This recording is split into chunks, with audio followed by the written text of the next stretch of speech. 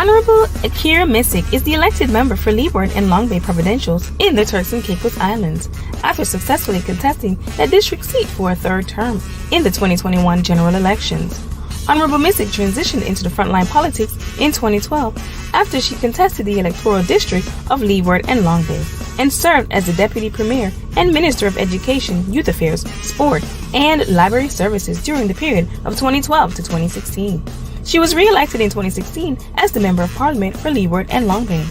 Honorable Missick also accepted the call to serve as the chair of the TCI Public Accounts Committee and took the opportunity to build robust skills on legislative scrutiny through various workshops and meeting on public financial management.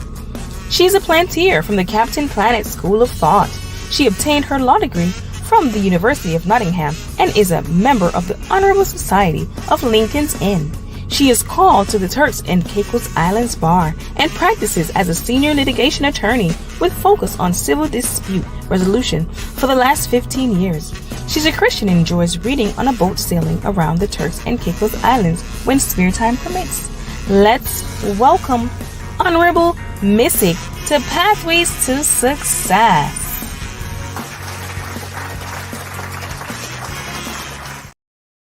Good evening. Welcome to Pathways to Success. I'm your host, and I'm with the Honorable Akierra Missick from the beautiful island of Turks and Caicos.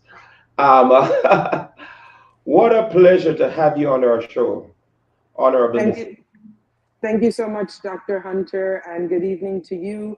Good evening to your production team and to all your listeners and viewers of Pathways to Success. Thank you so much. Thank you so much. Can you tell us about, because you oh my God, you have achieved so much. And when my producer sent me everything about you, I recognized that you were born in this beautiful country of America. Yes. Can you give us a little insight before we go into the other questions? That's not a problem.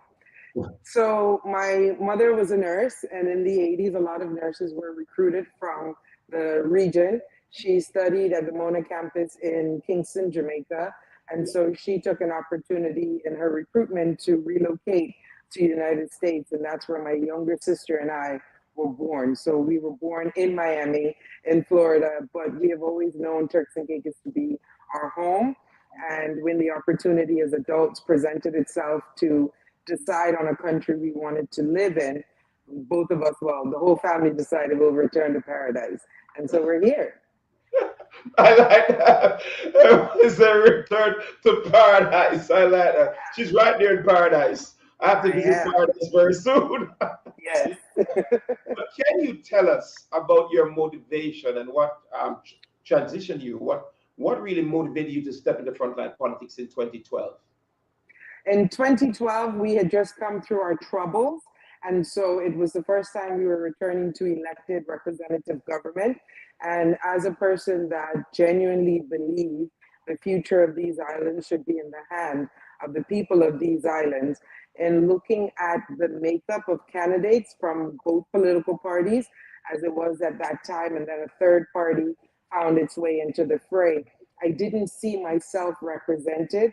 I didn't see a young woman. So at that time, I was 28 years old. So I didn't see someone who was new in their career, but not really sure if they should remain in the islands, whether or not they'd be able to afford a home, form a family.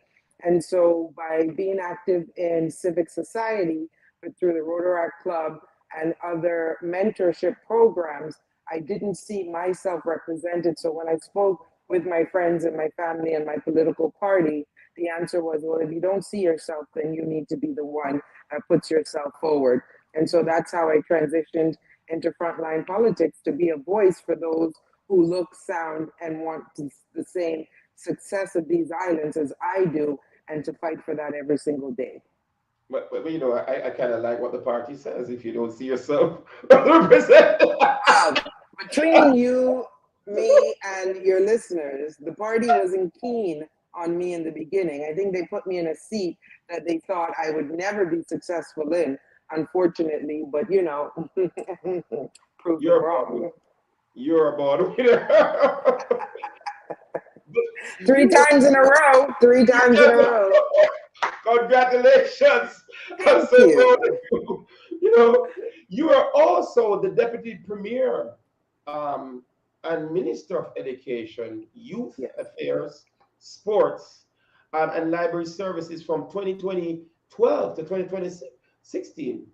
Tell yes. me, what are some of the key achievements that you have made, and what are some of the initiatives that you brought on board? Well, as the Minister of Education and the then Deputy Premier, again, we had just come through very strict austerity measures. Finances and revenue was low for the government coffers, but that didn't deter me and having the commitment that I made to my constituents and the country at large when I was assigned a portfolio of education to rebrand our educational sector in the islands. And so some of the initiatives we were successful and bringing in those very short 4 years. We rebuilt a primary school in the island of Grand Turk, which is our capital. We built a brand new high school in the island of Providenciales, which is the island where my constituency is located. We invested heavily in scholarships for our teachers to ensure they had at least their bachelor's degree, and those that wanted to progress to master's and further specialization had an opportunity. We removed the work permit fees for private schools who had to recruit educators in order to try and combat the rising costs of education in the private school sector. And last but not least, I was able to support with the ministry's very, very hardworking team, one of the best teams I've ever worked with, 14 million euros, so roughly about $17 million for direct investment in education in these islands. Well, congratulations, Thank you. Honorable Missick, Akira.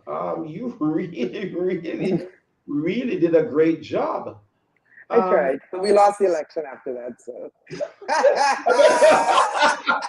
after all, after all these I great was progress that reelected. you built a primary school, high school, all of these initiatives, all of these great achievements, and your party still lost the election, but you won. Still lost the election. I won, and I won with a massive victory at the polls. And in 2021, the victory was absolutely breathtakingly large. So I was actually humbled by that experience because despite being in opposition or being in government, my constituents believe in me to bring about the change that they require in these islands. And they know I have a fearless approach to representing them and having the Turks and Caicos Islander at my forefront. So it was humbling, and I'm ever grateful to the community of Leeward and Long Bay. Oh, that's great because you have a very nurturing, loving personality, and you care for the No, people. thank you. Yes. But your person. What I like about you also, another thing that we found out is that you also is an attorney at law. Yes. Yes, I've been a lawyer for 17 years now. And which area of law do you Civil litigation. So I'm a court lawyer.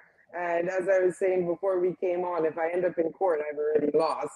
So I'm actually the lead negotiator at the firm. If people call me to get what they want done without having to go to court. I like that. I like that. Tell me something, please. What is a planeter? What is A that planeter? planeteer. So Planeteer. I was born in the 80s, and I don't know if you remember this cartoon called Captain Planet that Yes. came out in 1989. And Yes. that introduced the idea of environmental sustainability and climate change to my generation. And that is the most paramount concern that small island nations need to address their minds to. So being a planeteer means that I respect the environment. I don't chase for the economic benefit to the detriment of the environment. So the land, the sea, the air, the animals, and the humans are all equally important. And every decision I make is about how can I leave the earth better than I found it. And we're losing that battle. We are genuinely losing that battle as small island developing states. Climate change, sea level rising is real. I'm seeing beaches in the Turks and Caicos that were very large are shrinking and constricting. Storms are getting stronger. They're getting more prevalent, but we are the smallest contributor to climate change, but yet we have the biggest effect of it. And so that's why I'm a planeteer, and I believe in the ethos of Captain Planet, and I want to leave this earth better than I found it.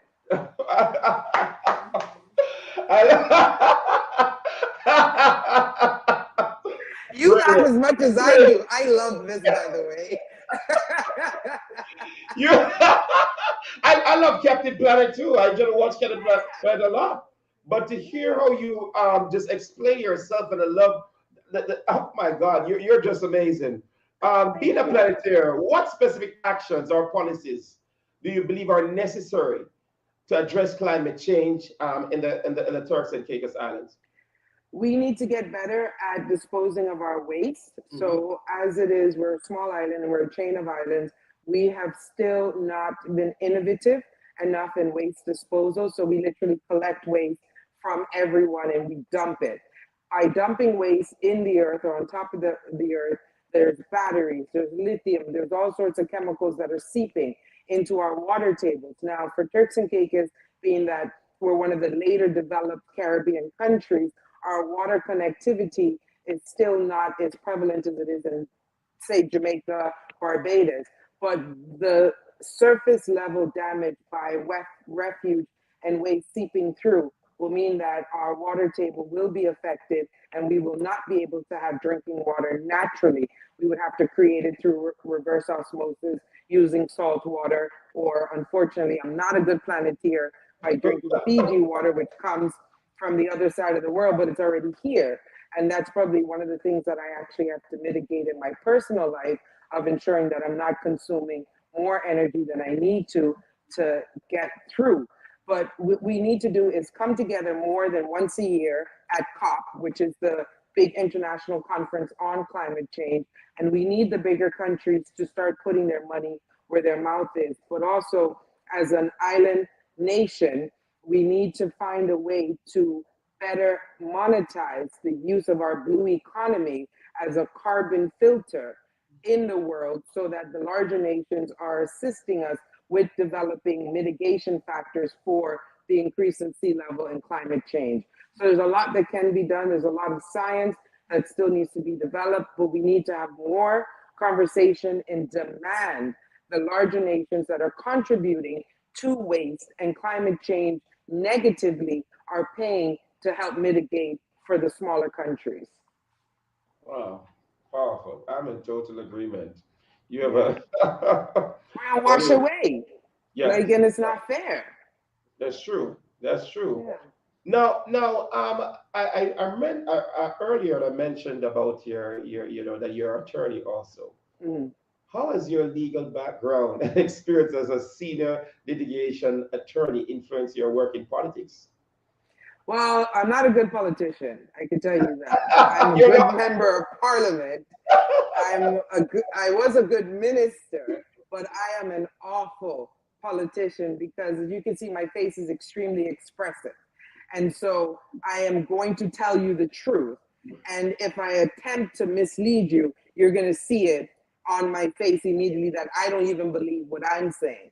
And so what I find is, I don't call myself a politician. Politics is what I do in terms of how I get to be a member of parliament and how I get to serve at this level. But being an attorney and a litigator, one that has to enforce the laws or ask a judge to enforce the laws, the other side of being a member of parliament where I'm writing and introducing the laws go hand in hand. So it bodes very well for me and the way I present and explain the laws that we're seeking to pass in parliament, but it doesn't bode well because I am awfully, awfully honest and open and transparent. But I think that's why my constituents respect me the way that they do. I really believe that because everyone is looking for you don't find much politicians who's like that, honest, Yeah. transparent, and all that. So your constituents are wise to keep you as member of parliament. um,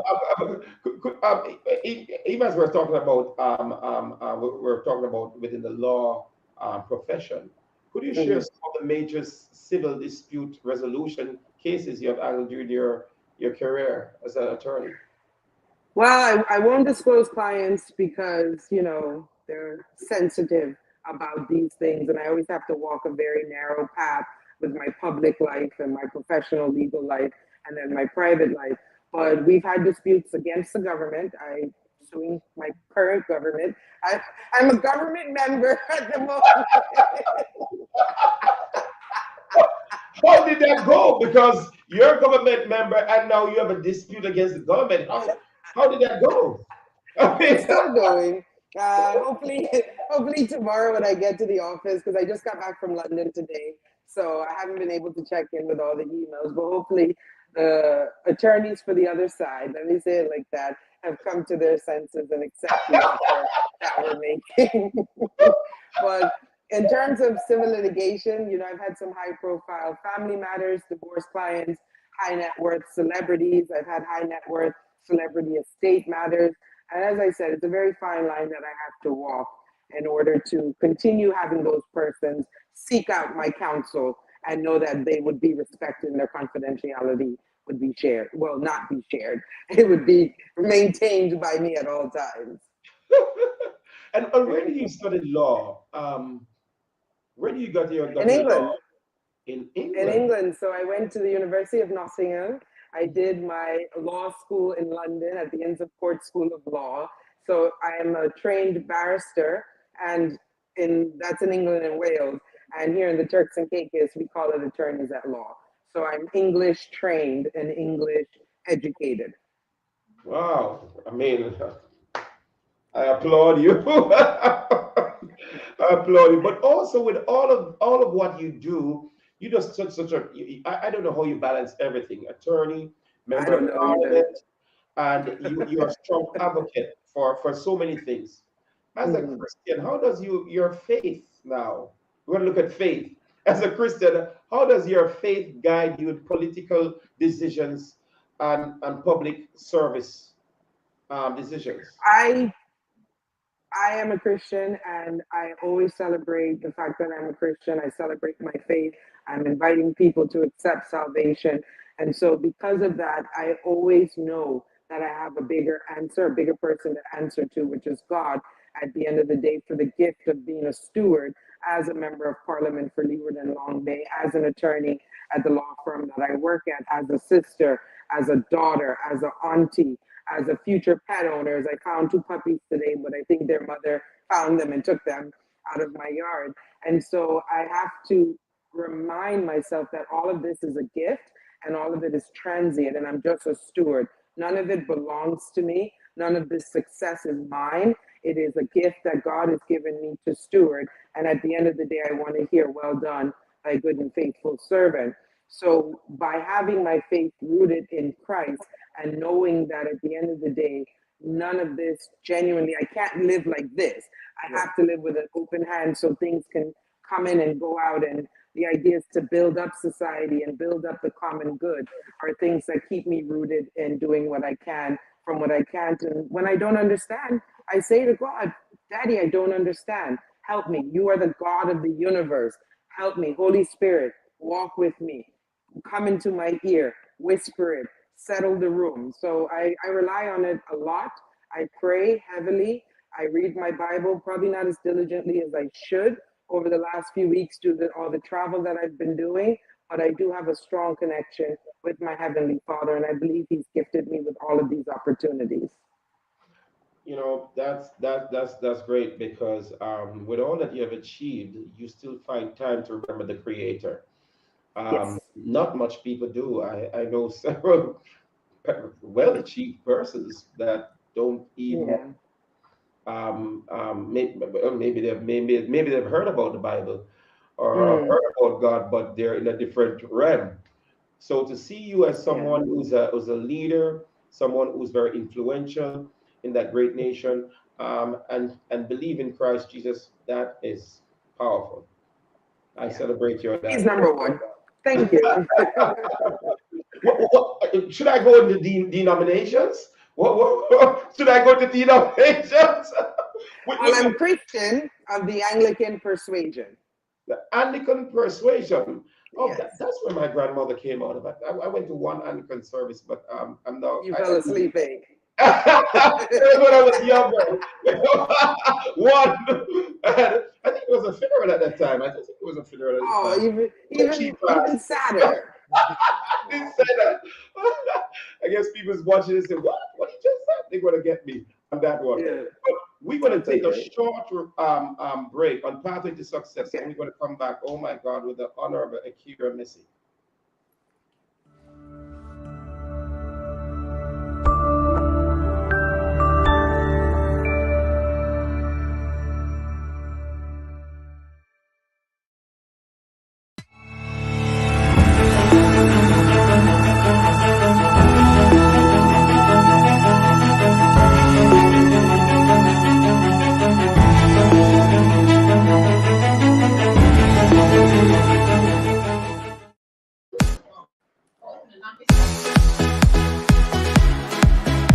A big shout out to Pathway to Success. Wagwan, where you say, where you say, where you say. This is Tia Hollywood, the one and only, representing the Florida Jerk Festival. Well, this year it's the BioLife Health and Wellness Florida Jerk Festival. Shout out to Pathways to Success, Dr. Michael Hunter, and the whole team. Thank you guys so much for coming out. One love, respect, big up every time. It's actually your first year, and it's like you've been here like for the whole 20 years. Wama. Hey y'all, this is RJ Durant. I want to tell you that we're here tonight at Jerk Festival. The thing turn up. The thing mad ding down there on the stage. At this time, I want to take the time out just to acknowledge Pathway to Success. The thing turn up. I want to be a big shout out of Pathways to Success. Hey, what's up? This your boy Kimon Sailor, man. I want to give a major shout out to Pathway to Success, man. Major people, you feel me? Good people. Hey, bless up. This is Miss Lady Fox out of Atlanta, Georgia. I'm giving straight big ups to Pathways to Success. Bless up. Want to big up Pathways to Success Jamaican Jerk Festival 2023. Big up. Big ups to Pathways to Success. Shout out to Pathways to Success. Dr. Michael Hunter, we are Jerk Fest and we're representing for Dr. Michael. Big up yourself. Hey, what's up? This DJ Ty, Cash Money Rich Gang, CSCMI. What's good, everybody? You know what I'm saying? Just want to give a shout out to Pathway to Success. Gotta stay tuned into this. Growing. It's going to the top. From hear the voice and you see the face, have no fear. Champion campaign is here. Big up Pathway to Success, Mr. Dr. Michael, you know what I'm saying, Hunter. And I want you to know, man, West Palm Beach, we're about to take it to the next level.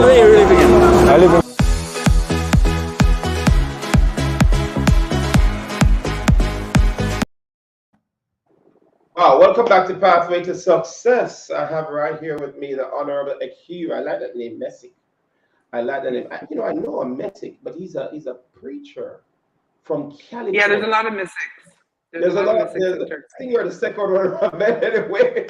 But he's a very good preacher and he's a prophet too. Very, very powerful. Nice. Pathway to Success.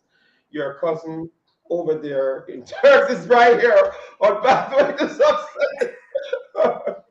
Now, you're highly educated and you're into so many things to make the island better. What role do you see education playing moving forward now in the development and future of the Turks Islands? Well, it's very important that we ensure our young citizens get a fair shake and opportunity to dream big and achieve their success.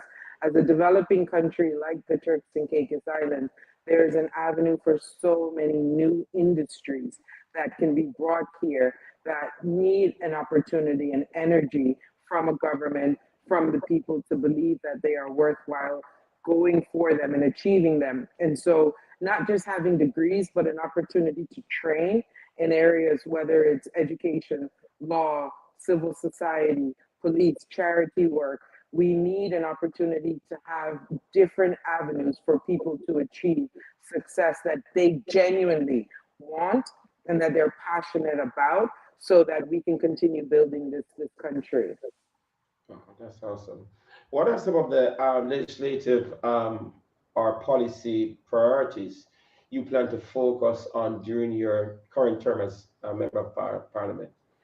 Well, for now, what we are looking at pushing forward from what we call ourselves the MPs or the backbench, because we're no longer, well, we're not members of cabinet, which really generate the legislative agenda. But our communities, given that we're islands in the chain, we need greater support and financial support, not to the MP, but for the communities so that they can develop as they want to develop and not have the national agenda get to them when the time comes. So we'll be looking at pushing through some legislation that will create genuine national constituency councils that can be funded. Jamaica is a prime example of where funding from the central purse is desegregated into the various communities to give the members of parliament and their board an opportunity to address the needs in the individual constituency. For example, what affects the two constituencies in Grand Turk may not affect my constituency here in Providenciales. And so it would be unfair to have the national agenda focus purely on a benefit for one community that cannot be replicated nationally. And so we're looking at decentralizing the construction, infrastructure, basic needs of the communities outside of central government. That's great. The Caribbean is the Caribbean, right? Some Caribbean islands, I know I said some, I didn't call out them islands in specific names. Some Caribbean islands, politics tends to, involve, we have seen a lot of violence in some Caribbean islands when it comes down to politics. Do you have that scenario there in the island of Turks within your constituency or other? We don't have violence in that sense. We do have party supporters that take a hard line on supporting their individual parties, and sometimes it can become uncomfortable on how persons will personally attack candidates from the other side. So, and that's why I said earlier, I'm a bad politician. I don't get in the mud. I'm going to focus on the issues. The issues are all I care about. I don't care what a politician looks like, who they're married to, what their children are doing, what they're driving, where they work, where their home is. I couldn't care less about that. My issues are the people's issues. And so I will never attack another politician who are genuinely, in my view, believe that their approach to addressing our national issues is the best approach. And so you can't really argue with someone who believes deep down that they have the solution to a problem, because I genuinely believe that I have solutions to problems as well.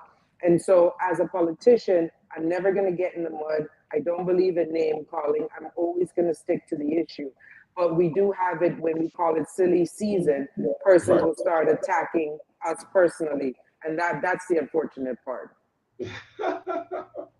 And how do you balance, because in everything balance is needed, how do you balance the aspiration of your constituents with the overall goal towards making betterment in that constituency? Well, it's easy to balance because my constituents trust me. And if something comes forward that I'm not sure how they will support it, I go to them. I do have a core group of constituents who keep me on my toes, and I really appreciate them. Their ears are to the ground. They bring things to my attention. I address them as best as possible. Like this morning, I had a call at 7:45 a.m. Because my name is Akierra, I tend to get a lot of butt dials from persons because I'll be first in their phone book. But at 7:45, phone rings. I know the caller ID. I say good morning to them. They're shocked that I answered in the first place. And I said, well, I was up. Yeah, it's almost church time at the end of the day. And so they presented an issue. I stopped what I was doing. I put my thinking cap on. We kind of worked through a solution together. And I'm hoping that now, as the sun is about to set, they've received a resolution to the concern. And so I'm in contact with my constituents on a level that may not be one that is going to end up in the newspaper, going to have a podcast sort of exchange or media friendly, but they genuinely know that if they have an issue and concern, I'm going to address it for them.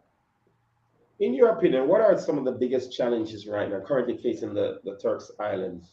And how do Well, you besides climate change, and sorry for cutting you off, Dr. Hunter, besides climate change, the cost of living is absolutely exorbitant in the region and in these islands specifically, where we actually do not manufacture anything apart from very nice vacations. You know, God has blessed us nice with that. beaches too? Nice beaches and some excellent food, but we don't have food security. So I went to the supermarket this morning. As I said, I've been away for a week. The shelves are kind of empty because the shipment is late.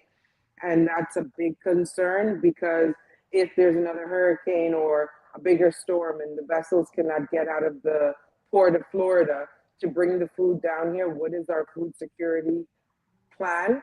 So food security, national security, we're very close to Hispaniola. And unfortunately, with the challenges that's happening there, especially in Haiti, with the government struggling to maintain control and gangs are sort of taking over parts of the country, we are seeing an influx of migrants through unsolicited means, unsolicited vessels. And so national security, food security, and climate change are the top three that I would say, because all of that wraps into the cost of living here being as exorbitant as it is. I should be interested to hear how you're gonna solve that issue, especially illegal immigration, food, unless you're gonna start producing your own. We're trying, but you know, like I said, we got good beaches, but not good soil. You know, because what you're saying is really great concerns. Then, if you notice recently, there's been a lot of people coming over in the boats, illegal immigrants.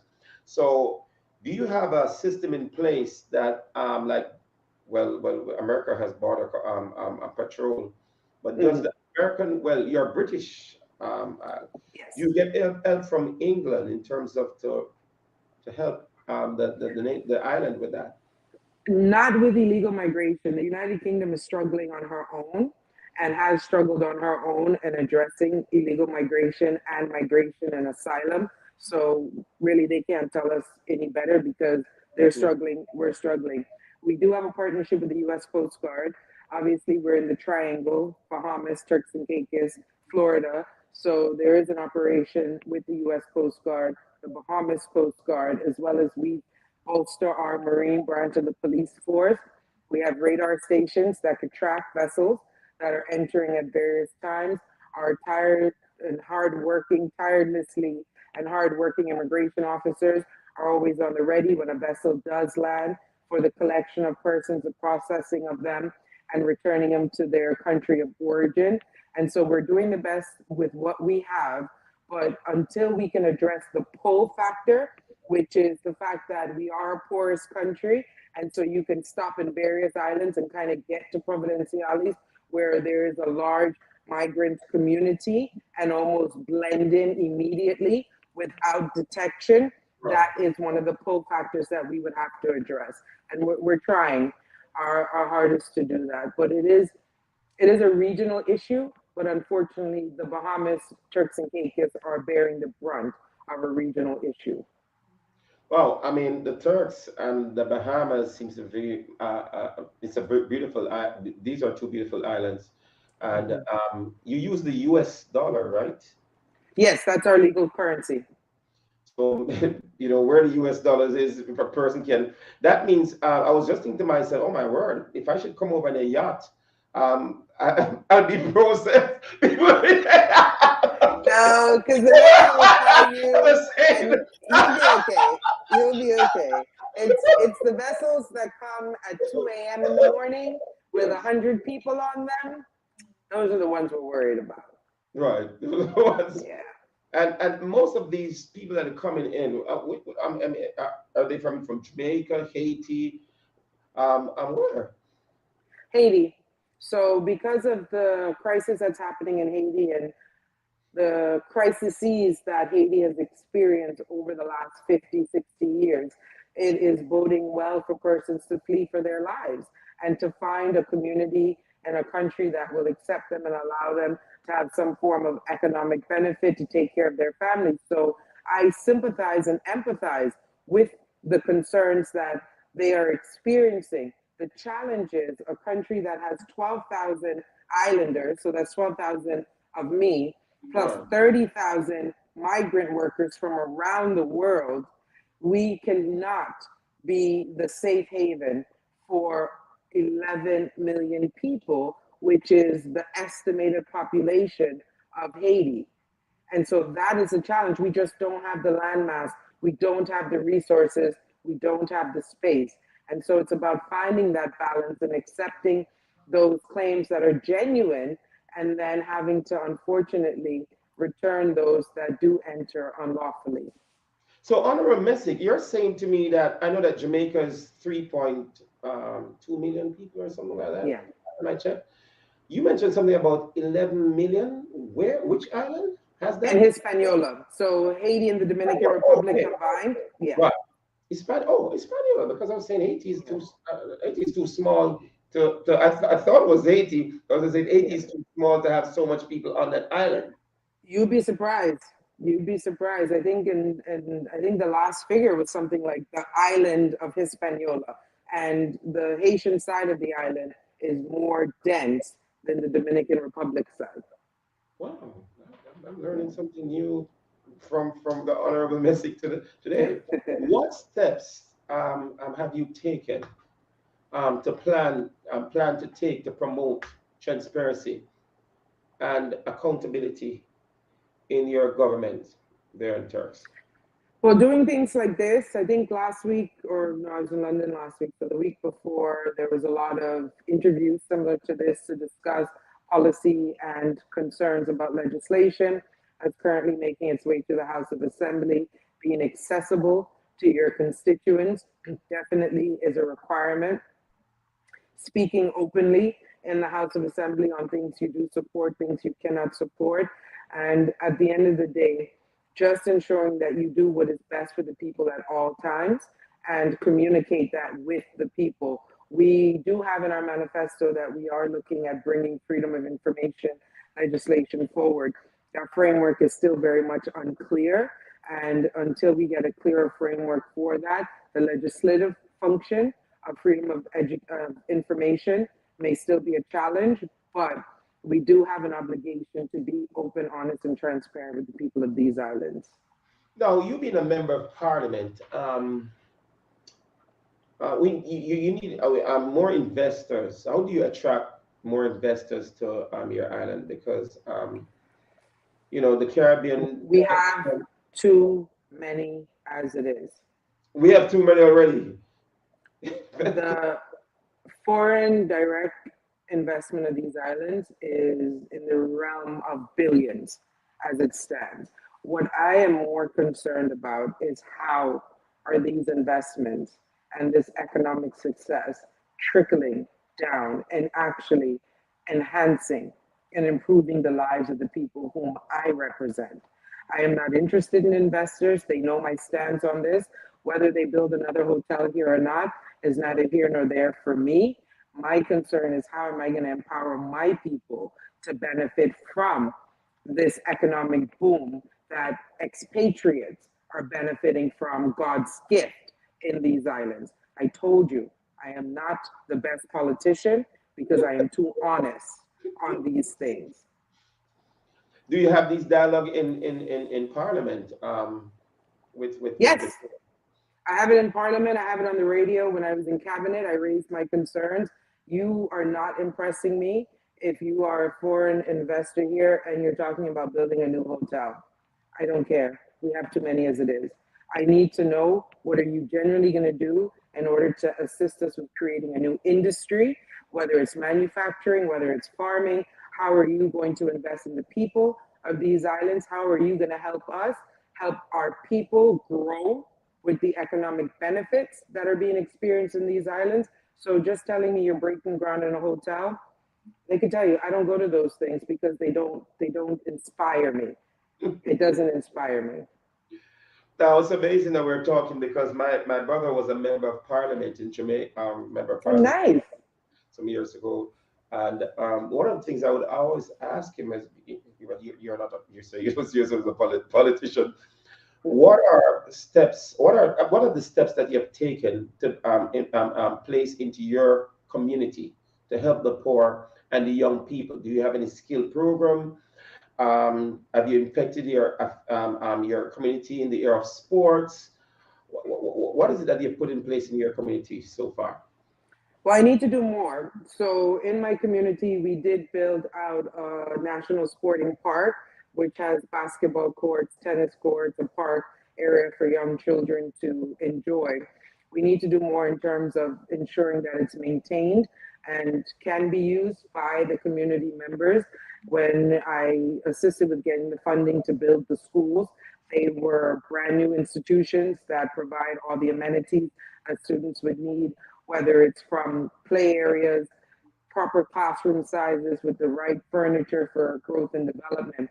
But I need to do more, I can do more, and the plan is to do more because the work is never done at the end of the day. And so from a ministerial standpoint, having these tough discussions with colleagues about bringing the reality that as much as we want to brag that we're a country with no debt, we are a country in 2023 with no debt, but yet our roadways need $100 million investment. Our airport isn't fit for purpose. It's hard to brag about the success of having no debt when you're not spending the revenue where it needs to be spent on the people. Now, I'm not saying our government hasn't done that, and I'm not saying the government before us and the one before that.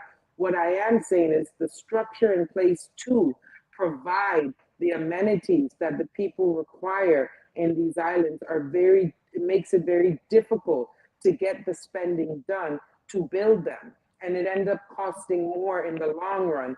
And so what I want us to continue focusing on and what I am chipping away at is the actual structure and the financing structure for us to build these islands. And so that's something that I will continue to press forward. But in terms of community sporting programs, they're not really in my community like that, but it is something that we could look at doing further. Oh, and I bought a building for the trade school.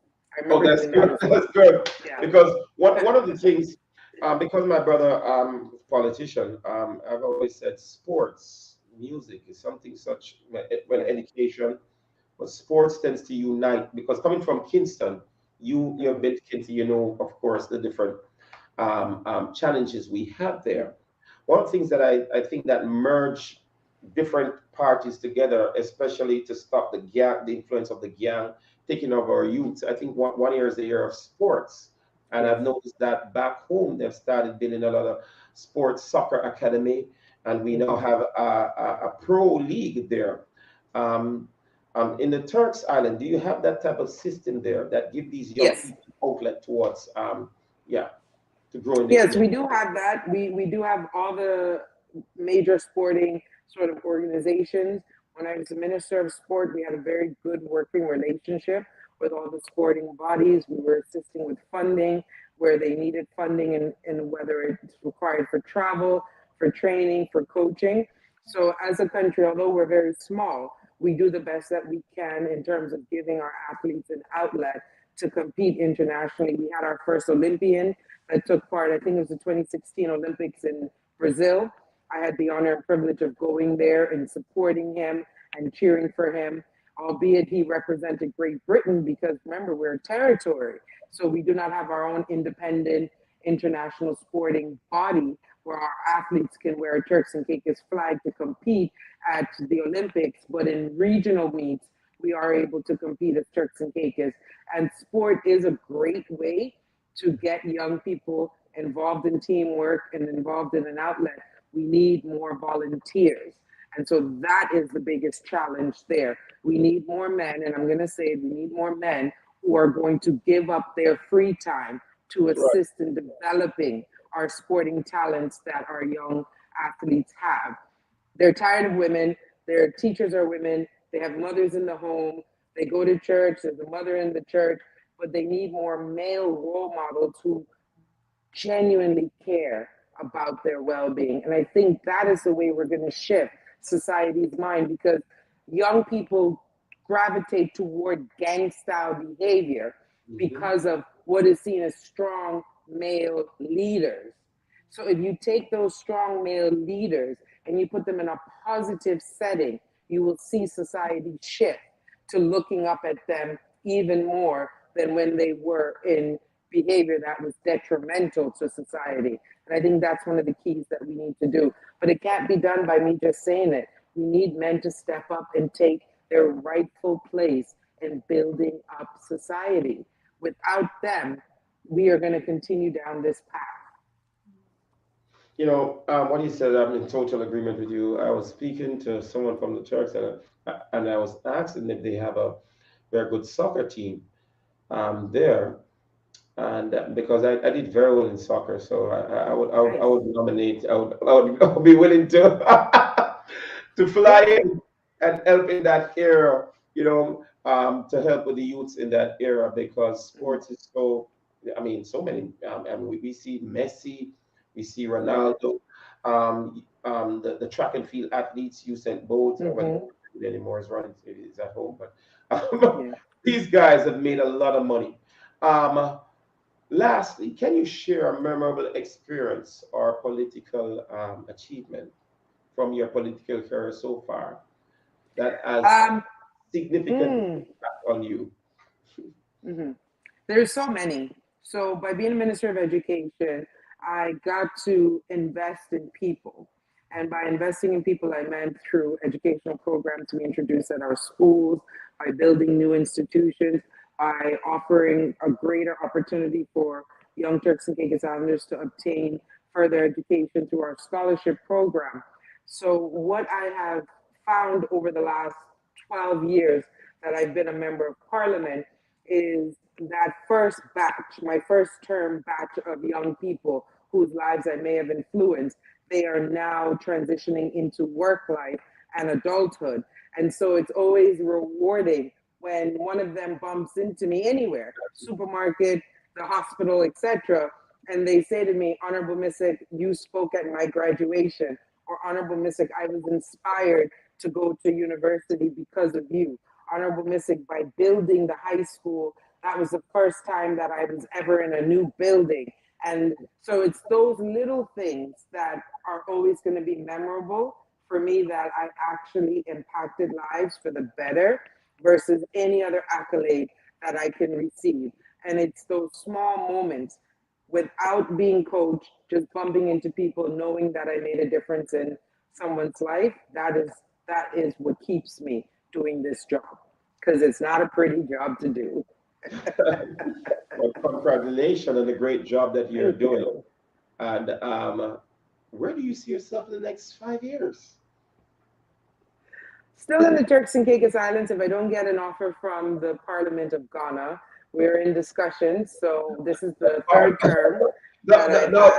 Honorable Akierra Missick, Ghana. You're planning to transition to Ghana? I'm transitioning to the continent, so I'm in between Ghana and South Africa. I just turned 40, and I said that yes, and this is when you make these big moves, right? Wow. So my fourth decade, I want to hone my skills as a member of parliament and share it wider than I'm able to do in the region. Obviously, my constituents are not happy about the possibility of me retiring at the end of this term. They're demanding one more term is what they keep saying, one more. They said that 2 terms ago.